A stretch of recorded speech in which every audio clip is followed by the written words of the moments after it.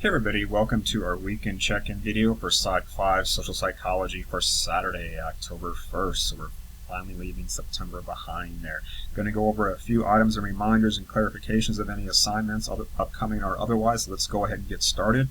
First up here is that part 1 of your APA style literature review paper has been graded and the comments and scores posted, so do take a look at that. I do provide fairly detailed feedback, and I like to think constructive feedback, and I give you enough information so you can remedy any problems that you had there, because a number of you had some issues with your formatting of your APA style references there. Some of you had some minor issues, some of you had some very serious issues because you really didn't use APA formatting style at all, so that really cost you some points. So do take a look at that feedback, as I tell you exactly how you can remedy all that and fix it up, because I don't want to see you get docked for the same points for the same mistakes when you write your actual final literature review paper. So clean that up.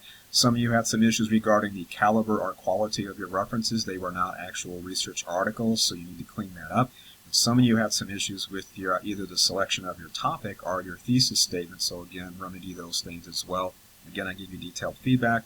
Please take it to heart so you don't have any problems with the next part of the paper. And if any of you did not submit part 1, which some of you didn't do, you might want to consider at least running your idea and thesis statement by me, so at least I can verify, hey, you know, that you've got a good topic, you're good to go, because I don't want to see you turn in a final paper that's not appropriate regarding the topic or something, so because that'll really cost you a lot of points. That's totally up to you, but I'm willing to at least take a look at what you've got together as an idea if you couldn't get it submitted on time for the first part there.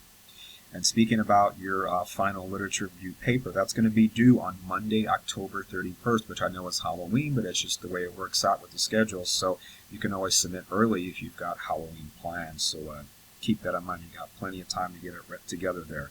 And you'll find the instructions there in the APA Literature Review module, just like you found for Part 1, underneath Unit 5 of our course materials. So scroll down past Unit 1, 2, 3, 4, 5. And then you'll see the APA module. Open up the instructions for component 2, the final paper. At the top, you'll see a little how-to video like you saw for part 1. There's links to completed samples. There's instructions. There's even what's called a checklist, which is kind of a list of do's and don'ts, things you do want to have in your final paper and things you don't want to have in your paper. So check all that out. It's all there to help you out. Do use the resources I provided, and you should be just fine, because most of my students do just fine on their paper as long as they follow what I've given them there. You can use the resources and just pull it all together. Okay, if you got any questions, of course, reach out and let me know. Next up here is at our Chapter 6 discussion on emotion. That closed yesterday, and I really enjoyed the self-disclosure a lot of you did there regarding your experience with the good news and bad news about emotion, or something you're proud of and something you're not so proud of about your emotional state. So kudos for those of you that really kind of drilled down and told some personal stories there. Next up here is that the next Chapter 7, which is all about attitudes, that discussion and quiz is due this coming Friday on October 7th. And do keep in mind that time differential. The quiz is due at 11:59 p.m. The discussions are due at 9 p.m. And I think you'll find the Chapter 7 discussion pretty interesting. It's all about attitudes, and don't be fooled by the title of the discussion that says, what's up with your attitude? I don't mean the usual sense of that. I mean literally from a social psychology point of view, what's the problem with your attitude? Not that you have a quote-unquote bad attitude. The problem is that, as you read about there in your book and also in the lecture videos for this chapter, is that there's often a disconnect between what a person's attitude is and their actual behavior. So they'll have internally, mentally, this particular attitude, but their behavior, their actions, kind of fly in the face so that they don't add up sometimes. They think one way, but act another. We've all done that, so I want you to do some self-reflection and come up with a time that you've done that too. You'll see all that in the instructions for the discussion, so check that out. Otherwise, that's pretty much everything I wanted to say, aside from just some housekeeping issues right now.